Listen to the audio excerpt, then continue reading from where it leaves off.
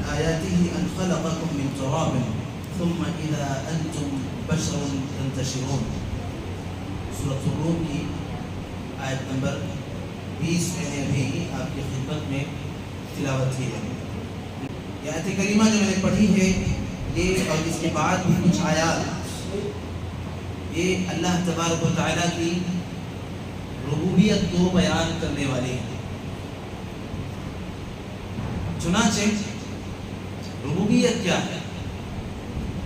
ربوبیت یعنی اس کائنات کو وجود بخشنے والی ذات جو اس کائنات کے نظم و نسق کو چلا رہا ہے، اس کائنات میں موجود مخلوقات کی زندگی گزارنے کے اسباب انہیں مہیا کر رہا ہے، ان کے رزق کا بندوبست، ان کے کھانے پینے کا انتظام، ان کی بیماری اور شفا کا مسئلہ، ان کے زندگی کے اپنے مسائل، انہیں بچپن سے بڑھاپے تک لے جانا اور اس درمیان کے سارے معاملات، یہ سب کا سب صرف ایک ذات ہے جس کے اشارے پر اور جس کے حکم پر چلتی ہے. اور صرف انسان ہی سے متعلق نہیں بلکہ اس کائنات میں جتنی مخلوقات کیونکہ اللہ تعالیٰ نے اس کائنات میں کتنی مخلوقات بنائی، اس بات کا اس تعداد کو اللہ کے سوا کوئی اور نہیں جانتا کہ جتنی مخلوقات جن کی تعداد انسانوں کو پتہ، اس کے علاوہ بھی بہت ساری مخلوقات ہیں جن کی خبر بھی انسانوں کو نہیں ہے. تو صرف اور صرف اللہ تبارک و تعالیٰ کی ذات اس بات سے باخبر ہے. بہرحال جس کی جو ضرورتیں ہیں، جن کے جو معاملات ہیں، سب اللہ تبارک و تعالیٰ کے ماتحت اور سب اللہ تبارک و تعالیٰ کے حکم سے چلتے ہیں. اس دنیا میں روزانہ صبح کا نکلنا، پھر جیسے جیسے شام آئے اجالے کا ختم ہو کر اندھیرا طاری ہونا، گرمی کے دنوں میں دوپہر میں دھوپ کا نکلنا، ٹھنڈی کے دنوں میں ٹھنڈی ٹھنڈی ہوائیں چلنا، موسم کا سرد ہونا، بارش ہونا، پانی آنا، درختوں کا نکلنا، سوکھنا، یہ سب کا سب اللہ تبارک و تعالیٰ کی ذات ہے جو اس نظام کو چلانے والی ہے.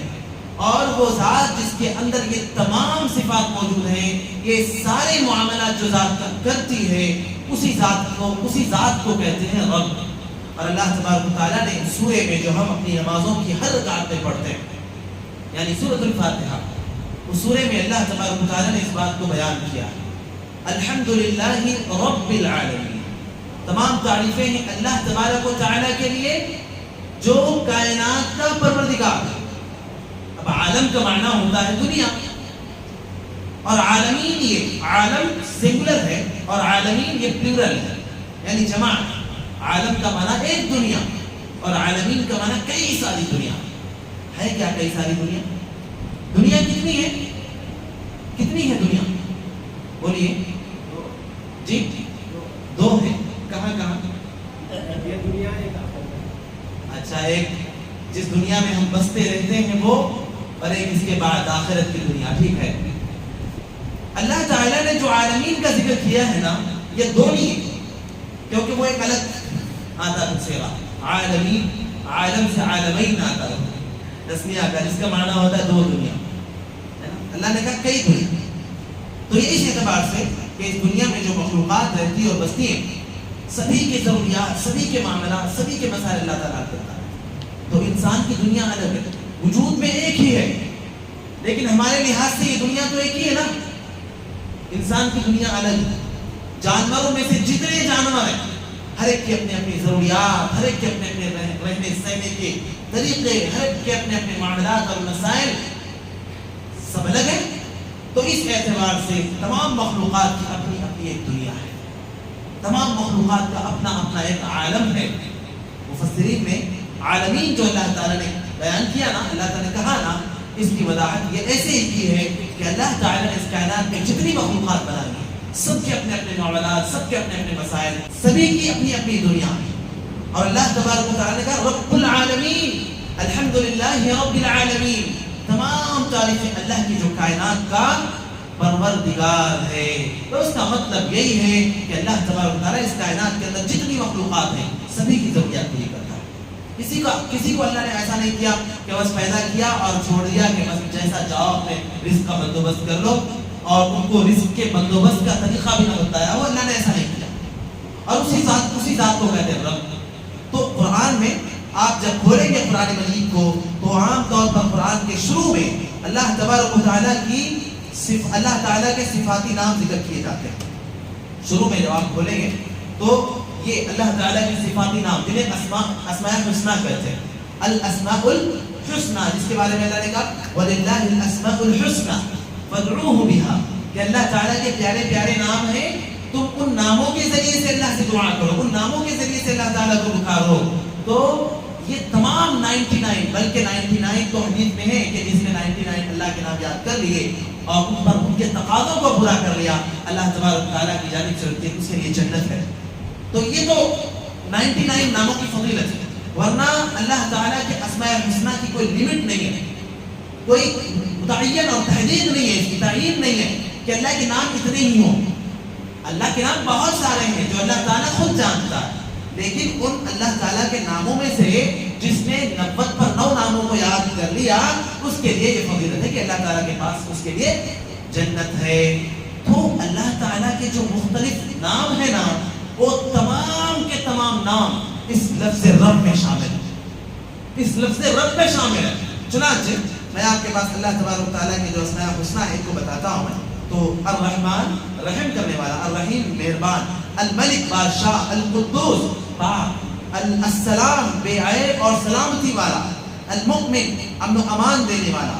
99 نام جو ہے نا، ان تمام ناموں کو آپ دیکھ لیں، ان کا جو مطلب ہے، ان کا جو مفہوم ہے، ان کا جو معنی ہے، تمام کا معنی اللہ تعالیٰ کا جو یہ صفت ہے نام رب، اس کے اندر شامل ہے، اس کے اندر داخل ہے۔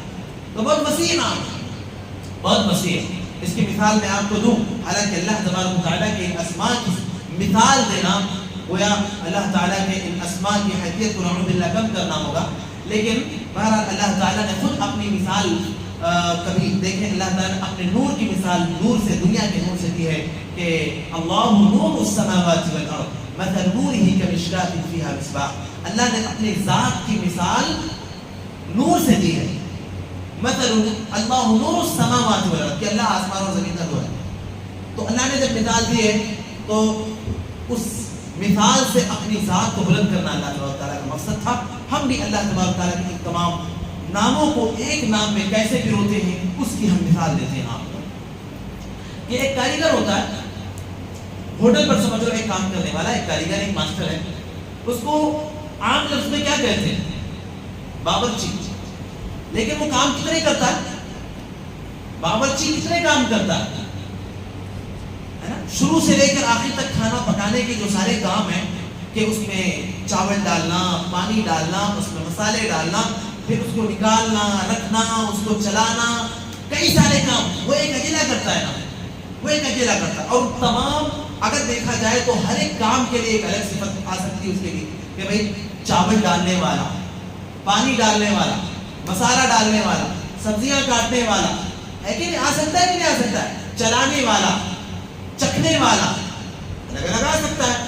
لیکن ان تمام صفات کو ایک لفظ کے اندر ایسے بیان کیا جاتا ہے کہ باورچی، جو کہ سارے کام کرتا ہے۔ ٹھیک ہے، مطلب سمجھ میں آ رہا ہے؟ اللہ تبارک و تعالیٰ کی مختلف صفات، اللہ تبارک و تعالیٰ کے مختلف کام ہیں، لیکن اللہ تبارک و تعالیٰ کا یہ ایک نام رب، اس کے اندر یہ تمام صفاتی نام شامل ہیں۔ سبحان اللہ، یہ تمام صفاتی نام شامل ہیں۔ اچھا، ایک بات اور سمجھنے کی ہے کہ اللہ کے نبی صلی اللہ علیہ وسلم جن لوگوں کے دور میں آئے، مشرکین مکہ، وہ لوگ اللہ تبارک و تعالیٰ کی ربوبیت کے قائل تھے۔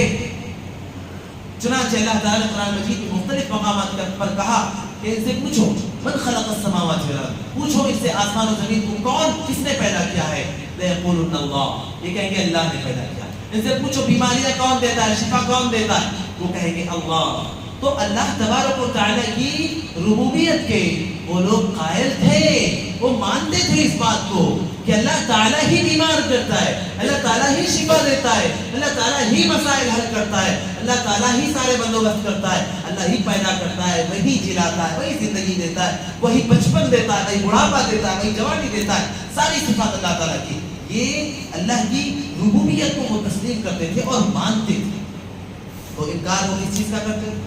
وہ اللہ تعالیٰ کی الوہیت کا انکار کرتے تھے کہ پیدائش اللہ نے سارے کام کیے, لیکن عبادت کا حقدار کیا صرف وہ اکیلا ہے؟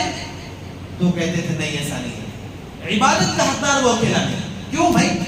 اس لیے کہ اللہ تعالیٰ بہت اونچی ذات ہے, بہت بلند ذات ہے. ہم بڑے گناہگار, ہم یہ دنیا والے, ہماری زندگیاں گناہوں میں پڑی ہوئی ہے, ہم بھلا اللہ تک کیسے پہنچیں گے؟ ہم اپنی دعا میں ڈائریکٹ اللہ کو پکارے, یہ کیسے ممکن ہے بھائی؟ یہ کیسے پاسبل ہے؟ ایسے ہی جیسے آج ہمارے مسلمانوں میں بہت سے لوگ یہ عقیدہ رکھتے ہیں کہ اللہ تک پہنچنا بھلا کیسے مشکل, اور وہ اس کے لیے مثال دیتے ہیں کہ دنیا کا کوئی بادشاہ وہ ڈائریکٹ اپنے بادشاہت میں اپنی زیر ملکیت رہنے والے لوگوں سے وہ ڈائریکٹ نہیں ملتا. اگر اس سے ملنا ہے تو اپائنٹمنٹ لینا پڑتا ہے, اور نہ جانے کتنے دنوں پہلے کتنوں کو رشوت دینا پڑتا ہے, کتنوں سے کتنے سارے فاصلوں سے طے کرتے ہوئے اس کے پاس پہنچنا ہوتا ہے. اور اس شخص کے اور بادشاہ کے درمیان میں, اس شخص کے اور وزیر اعظم کے درمیان میں نہ جانے کتنے وسیلے اور کتنے واسطے لگا کر وہ پہنچتا ہے, کتنوں کو منہ بند کرتا ہے, کتنوں کو کھلاتا ہے, کتنوں کی جو ہے وہ زندگیاں چلاتا ہے, پیسے دے دے کر, ان کی ضرورتیں پوری کر کر, ہے کہ نہیں, تب جا کر وہ بڑے تک پہنچتا ہے. تو مثال دیتے ہیں کہ بھائی جب دنیا کے وزیر اعظم تک ہم ڈائریکٹ نہیں پہنچ سکتے, وہ اللہ تعالیٰ تو بہت اونچی ذات ہے, اس تک ہم کیسے پہنچ سکتے ہیں؟ ہم یہ کیوں نہیں سمجھتے کہ اللہ تبارک و تعالیٰ اس دنیا کے نام نہاد بادشاہوں کی طرح نہیں ہے, وہ تو بہت اونچی ذات ہے. دنیا کے بادشاہوں کو, دنیا کے لیڈروں کو اور وزیروں کو اور دنیا کے ان بڑے بڑے لوگوں کو بندوں سے ملنے کے لیے اور اپنے ماتحتوں سے ملنے کے لیے ان سارے ڈھکوسلوں کی ضرورت پڑتی ہوگی, اللہ تعالیٰ کو نہیں پڑتی. اللہ تعالیٰ ایک وقت میں ایک ساتھ اپنے کئی لاکھوں کروڑوں بندوں کی دعاؤں کو سنتا ہے, ان کی ضرورتوں کو پوری کرتا ہے. اللہ تعالیٰ کی ذات تو وہ ہے. اللہ تعالیٰ تو صاف کہتا ہے کہ مجھے نہیں ضرورت کسی وسیلے کی. اللہ تو صاف کہتا ہے کہ جب بندہ آپ سے میرے بارے میں پوچھے تو کہتا میں بہت قریب ہوں, میں بہت قریب ہوں. وَإِذَا سَأَلَكَ عِبَادِي عَنِّي فَإِنِّي قَرِيبٌ, جب مجھ سے آپ سے پوچھے میرے بارے میں بندہ کہتا ہے تو میں بہت قریب ہوں. اللہ تعالیٰ تو بندے سے صاف کہتا ہے کہ اللہ تعالیٰ کہتا ہے کہ مجھے پکارو, مجھ سے دعا کرو, میں تمہاری دعاؤں کو سنتا ہوں. اجیب دعوت الداعی اذا دعان فلیستجیبوا لی ولیؤمنوا بی. اللہ کہتا ہے جب دعا کرنے والا مجھے پکارتا ہے میں ڈائریکٹ اس کی دعا کو سنتا ہوں. کسی وسیلے کی, کسی واسطے کی, کسی بچولیے کی ضرورت اللہ تبارک و تعالیٰ کو پڑتی نہیں ہے. یہ اللہ تبارک و تعالیٰ کی ربوبیت والی بات ہے, اور یہ وہی عقیدہ ہے جو یہ عقیدہ رکھتے ہیں, یہ وہی عقیدہ جو مشرکین مکہ رکھا کرتے تھے کہ جب ان سے کہا جاتا کہ بھائی آپ ان کی عبادت کیوں کرتے ہو, تو کہتے کہ ما نعبدهم الا ليقربونا الى الله زلفا, کہتے ہیں کہ نہیں ایسا نہیں ہے, ہم ان کی عبادت اصل میں نہیں کرتے, ان بتوں کی, ان دنیا داروں کی, ہم ان کی اصل میں ان پیروں کی, بزرگوں کی, ولیوں نام نہاد ولیوں کی, کہتے ہیں کہ ہم ان کی عبادت تھوڑی کرتے ہیں, ہم انہیں نہیں پوچھتے, ہم تو بس ان کی عبادت اس لیے کرتے ہیں الا لیقربونا الی اللہ زلفا, اس لیے کہ یہ ہمیں اللہ سے قریب کرتے ہیں.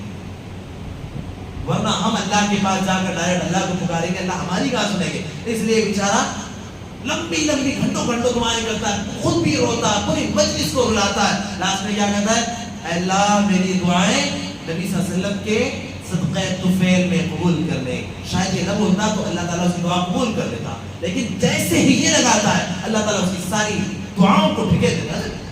ضرورت نہیں چاہیے. کیوں؟ کیونکہ اس نے اللہ کے ساتھ آخر میں شرک کر دیا, وسیلہ بنا لیا اللہ کے ساتھ. کسے؟ نبی صلی اللہ علیہ وسلم. اللہ کے نبی صلی اللہ علیہ وسلم وسیلہ نہیں بن سکتے, واسطہ نہیں بن سکتے.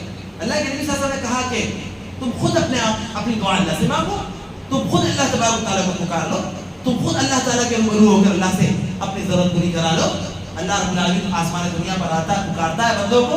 اس وقت تو اللہ تعالیٰ نہیں کہتا کہ او میرے بروکر ہو, دیکھو کتنے کسٹمر آئے, لاؤ ان کو میرے پاس, میں ان کو معاف کروں گا. اللہ کے بروکرز کی ضرورت اللہ تعالیٰ کو پڑتی؟ بولو بھائی کیا ہوا؟ اللہ کو بروکرز کی ضرورت نہیں پڑتی. اللہ بندوں کی دعائیں ڈائریکٹ سنتا ہے. اللہ تعالیٰ بندوں کی کے مسائل کو خود بخود ڈائریکٹ حل کرتا ہے. اللہ تعالیٰ ایک دنیا دار بادشاہ ہوتے نہیں ہے. اس لیے بھائیو جو لوگ یہ عقیدہ رکھتے انہیں بتانے کی ضرورت ہے کہ یہ عقیدہ تو مشرکین مکہ کا عقیدہ تھا. حق تو یہ ہے کہ کتنے ہیں ہم میں سے جو اولاد مانگنے کے لیے بھی کس کے پاس جاتے؟ بتوں کے پاس, قبروں کے پاس, ولیوں اور بزرگوں, نام نہاد ولی اور بزرگوں کے پاس. ہم جب بار بار ولیوں اور بزرگوں کہتے ہیں نا تو بعض کو لگتا ہوگا کہ شاید مولوی صاحب ولیوں اور بزرگوں کے خلاف والعیاذ باللہ قطعاً ایسا نہیں سوچنا. ہم تو اس بات کا عقیدہ رکھتے ہیں کہ اللہ تعالیٰ اپنے ولیوں اور اپنے بزرگوں کی دشمنی کو اللہ تبارک و تعالیٰ چیلنج کرتا ہے کہ من عاد لی ولیا فقد آذنتہ بالحرب, جو میرے ولی سے دشمنی کرے اس سے میں جنگ کا اعلان کرتا ہوں. اللہ تعالیٰ تو اپنے بزرگوں اور ولیوں سے کہتا ہے کہ من کان للہ کان اللہ لہ, جو اللہ کا ہو گیا اللہ اس کا ہو گیا. تو نعوذ باللہ ہم اللہ کے ولیوں اور بزرگوں کا انکار نہیں کرتے, ان کی تحقیر نہیں کرتے, لیکن ہے کون ولی تعین تو اس بات کی کرنی ہے. ہم کسی ایرے غیرے کو جو زندگی بھر یوں ہی بغیر نماز کے, بغیر روزے کے, بغیر دین سے دوری کے ساتھ وہ اپنی زندگی گزار گیا اور جب آخری دم پہ مرا تو اس نے شاید کوئی ایسی بات کہہ دی کہ جو لوگوں کو لگا بڑے پہنچے ولی ہیں, بس اس دن سے وہ ولی بنے, اس کو ولی بنا. اور ایسی مثال میں آپ کے سامنے دے سکتا ہوں. کتنے لوگ ایسے, کتنے ایسے ولی ہیں جن کی زندگی ایک پیر کے بارے میں آپ کو ذکر کرتا ہوں. اس کے بارے میں بات یہ ہے کہ اس کے بچوں نے اس کے ساتھ بڑی دغابازی کی. بزرگی میں, بڑھاپے میں, اور آپ کیا کرتے ہیں عام طور پر بہت سے بزرگوں کو شکوہ ہوتا ہے کہ مولانا میں نے زندگی بھر بچوں کی پرورش کی, ان کی ضروریات پوری کی, ان کے مسائل حل کیے, اور اب میں یہاں پہنچا ہوں تو میری اولاد میری ضرورتیں پوری نہیں کر رہی ہے. تو بیچارے اس کے ساتھ بھی معاملہ ایسے ہی تھا. بچوں نے اس کی ضرورتیں پوری نہیں کی اور بہوؤں نے اپنے سسر کی حقوق ادا کرنے سے انکار کر دیا. یہاں تک کہ کہنے والے کہتے ہیں کہ خواتین کہ یا تو تم رہو, یا تو میں رہوں گی, یا تو ان کو رکھو, یا تو میں رہوں گی یا تو ان کو رکھو. تو ایسا ہی بیچارے اس کے ساتھ بھی ہوا. تو بچوں نے کہا کہ گھر کے کنارے جو ایک واچ مین کا کمرہ جو باہری روم ہوتا ہے اس میں رکھ دیا. کھانا ٹائم پہ پہنچا تو پہنچا, نہیں پہنچا تو کوئی بات نہیں. اور جس طریقے سے کتے کے لیے گھر میں ایک برتن الگ ہوتا ہے ویسے اس کے لیے بھی ایک برتن الگ گھر میں رکھا ہوا تھا. ایسے بیچارے کی زندگی گزر رہی تھی. تو ایسے ہی دھیرے دھیرے لوگ گھر میں ملنے آتے ان کے بیٹوں سے, چونکہ بیٹے کافی مالدار تھے, ثروت والے تھے, دنیا دار ٹائپ کے تھے. تو لوگ آتے تھے, کاروباری لوگ آتے تھے ملاقات کرنے ملنے. تو دیکھتے کہ بزرگ بیچارے کمرے میں پڑے ہوئے ہیں, باہری کمرے میں. تو آتے تھے, ملتے تھے. تو کبھی کوئی کہتا ہے بابا ہمارے لیے دعا کر دو. بزرگ لوگ ان سے کہتے ہیں بڑھاپے میں کہ بھائی چچا ہمارے لیے دعا کر دو. تو اس میں سے ایک بیچارہ کوئی آیا, اس نے کہا ہمارے لیے دعا کر دو. دعا کی اللہ تعالیٰ تمہارا مسئلہ حل کرے, گھریلو جھگڑا اللہ تمہارا جھگڑا ختم کرا دے, اللہ تعالیٰ تمہاری بیوی کے دل میں تمہاری محبت ڈال دے. دعا کر دی اس نے. وہ گیا, ارے دعا لگ گئی بابا, کیوں ہو بزرگ ہو گئے. اسی دن ان کو بزرگی اور ولایت اور ان کو اللہ والا ہونے کی سرٹیفکیٹ مل گئی. حالانکہ اس نے زندگی میں کبھی نماز نہیں پڑھی, کبھی روزہ نہیں رکھا, کبھی دین سے کوئی تعلق نہ رہا اس کا, کبھی کسی دینی مجلس میں بیٹھنے کو اس نے گوارا نہ کیا, کبھی اللہ کے کلام کے درس میں اس کو بیٹھنا گوارا نہ ہوا. اور آج صرف اس کی زبان سے لفظ نکلا اور وہ اللہ کرنے والا تھا پہلے سے, لیکن اتفاق سے بیچ میں اس کی زبان سے نکل گیا. وہ اللہ تعالیٰ تو پہلے سے فیصلہ کیا تھا کہ اس کے مسائل حل کرنا ہے, اب معاملات ٹھیک کرنا ہے اس کے. اللہ نے ٹھیک کر دیا. اب اس کو رہا فلاں کے والد صاحب نے جو ہے میں نے دعا کی تھی, بڑے اللہ والے, بڑے پیر, بڑے بزرگ. اور اس دن سے اس نے اپنے دوستوں میں سے کسی سے کہا کہ فلاں کے ابا جو ہے نا ان کی دعا بڑی لگتی ہے. لوگ آنے لگے ملنے, دعا کرانے لگے. دھیرے دھیرے ان کو سراغوں پر بھی ڈال دیا, ان کو پیر بنا دیا. وہ اس مقام کو پہنچ گیا بیچارہ کہ وہ کٹورا لے کر در در دروازوں پر, گھروں کے پاس, دکانوں میں جا جا کر بھیک مانگتا تھا. وہ بھیک مانگتا تھا, اللہ المستعان. تو آخری دن میں, جب آخری ایام میں زندگی جب وہ پہنچا تو اس کے چاہنے والوں نے کہا کہ چچا کوئی اپنی ایسی خواہش ظاہر کرو جو آپ کے دل میں برسوں سے رہی ہو. اس نے کہا کہ میں چاہتا ہوں کہ میں 4 ویلر میں بیٹھ کر, کھلی ہوا میں بیٹھ کر 4 ویلر میں ذرا چکر لگاؤں گاؤں کا بس. تو کہا ٹھیک ہے, اتنا کیا بڑی بات ہے, آ جاؤ. لے کے آئے, گاڑی بٹھا لیا اس کو. تو وہ بھی اتنا دیوانہ کہ چلتی گاڑی میں اس نے کہا کہ میرا دل کر رہا ہے کہ میں گیٹ کے پاس بیٹھوں. کہا بیٹھ جاؤ, اس میں کیا ہے, ذرا مضبوط پکڑ کر بیٹھنا, بیٹھ جاؤ. لیکن بوڑھا تھا بیچارہ, بڑھاپے میں انسان کمزور ہو جاتا ہے, ہاتھ کانپنے لگتے ہیں, ہے کہ نہیں ہے بھائی. تو کہا کہ بیٹھ جاؤ، لیکن اس کی موت ویسے لکھی ہوئی تھی، اللہ کی طرف سے وہ فیصلہ تھا. وہ آیا گیٹ کے پاس بیٹھ گیا، وہ گاڑی چلی اور تھوڑی دیر میں ایک اسپیڈ بریکر آیا، گاڑی اچھلی، وہی وہ گرا اور اسی وقت وہ موت واقع ہو گئی، اس پر وفات پا گیا. اب لوگ اس کے چاہنے والے ایسے کہ جب اس کی موت کی خبر پھیلی تو لوگوں نے جو اس کے چاہنے والے تھے انہوں نے جس جگہ اس کو غسل کروایا گیا اس جگہ کو گھیر لیا اور ایسے باٹلز میں اس کے گندے پانی کو زندگی میں نہ جانے کتنے سالوں سے اس شخص نے غسل نہیں کیا تھا، اس کے بعد آپس میں پورے چپک گئے تھے، وضو کرنا تو دور کی بات، نہ جانے کتنے زمانے اس نے پاکی نہیں دی تھی، ایسے شخص کو غسل دیا گیا اور غسل کے پانی کو ایسے باٹلز میں رکھ کر 4-4 5-5 لاکھ روپے میں بیچا. یقین نہیں آتا؟ یقین کرنا پڑے گا بھائیوں، یہ سچا واقعہ. تو اس کے اس گندے پانی کو یوں لوگوں نے خریدا. کس کو بزرگ بنایا، کس کو ولی بنایا؟ وہ جو اپنے گھر کے حالات کو درست کرنے سے قاصر رہا، وہ جو اپنے بیٹوں سے اپنی دوا کے اپنی ضروریات کے لیے پیسے لینے سے بھی قاصر رہا، اپنی ضروریات کو خود حل کرنے سے بھی قاصر رہا، اسے بزرگ بنا لیا. اور آپ کہہ رہے ہیں کہ وہ ہمیں اللہ تک پہنچائیں گے. ارے عقل کے اندھو، وہ تو خود اللہ تک پہنچنے سے قاصر ہے، تمہیں کیا لے کے جائے گا؟ وہ تو خود اللہ تک پہنچنے سے قاصر ہے، وہ تو خود اس بات سے مجبور ہے کہ اللہ تعالیٰ کے سامنے وہ کیا منہ دکھائے گا؟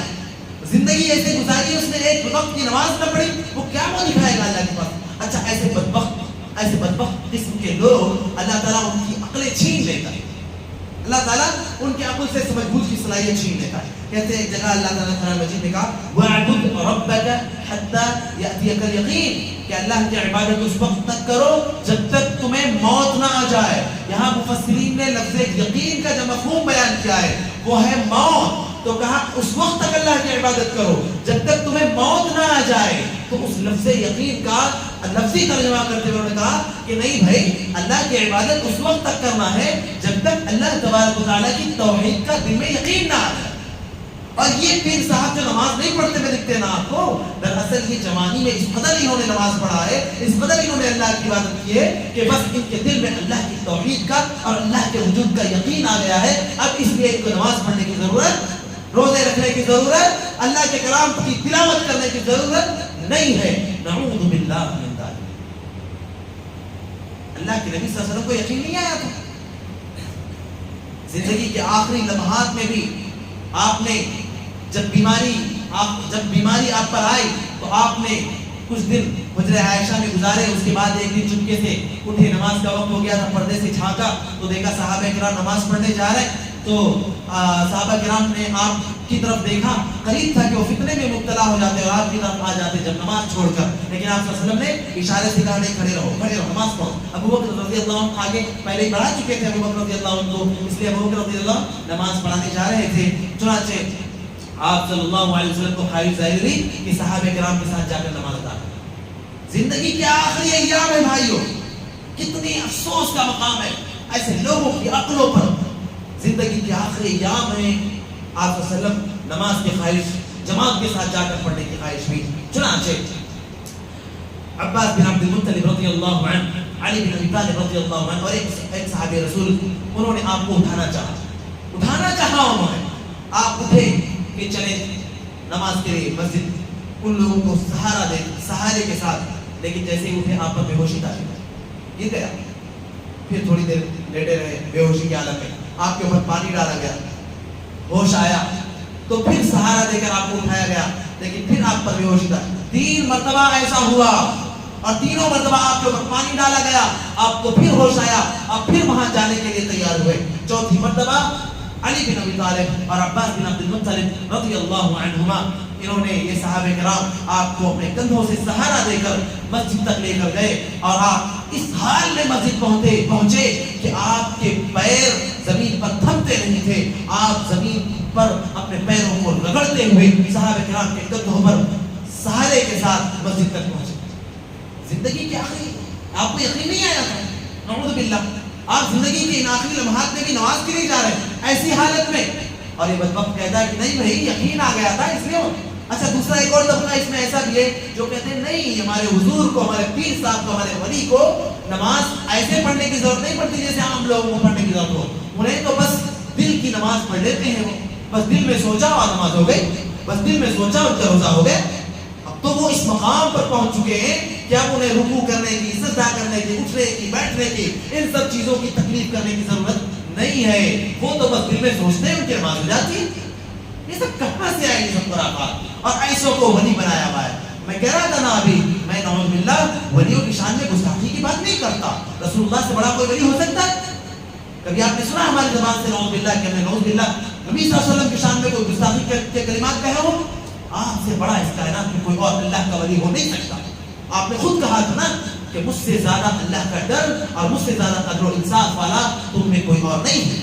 یہ اس وقت کی بات ہے جب 3 صحابہ آئے تھے. عائشہ سے پوچھا کہ رسول اللہ کی عبادت کیسی ہے؟ تو آپ نے کہا کہ آپ نے رسول اللہ کی عبادت کا حال کیا سنایا. ایک نے کہا کہ میں تو کبھی شادی نہیں کروں گا. ایک نے کہا کہ میں زندگی پر روزہ رکھوں گا. ایک نے کہا کہ میں تو پوری ساری رات اللہ کی عبادت میں گزاروں گا. رسول اللہ بعد میں آئے اور آپ کو بتایا گیا، کیفیت سنائی گئی. تو آپ نے ان تینوں کو بلوایا اور ان تینوں سے پوچھا کہ کیا بات تم نے ایسے کہا؟ انہوں نے کہا تو آپ صلی اللہ علیہ وسلم نے کہا کہ دیکھو، میں نماز بھی، میں قیام بھی کرتا ہوں، سوتا بھی ہوں، میں روزے بھی رکھتا ہوں، افطار بھی کرتا ہوں، اور میں شادیاں بھی کرتا ہوں.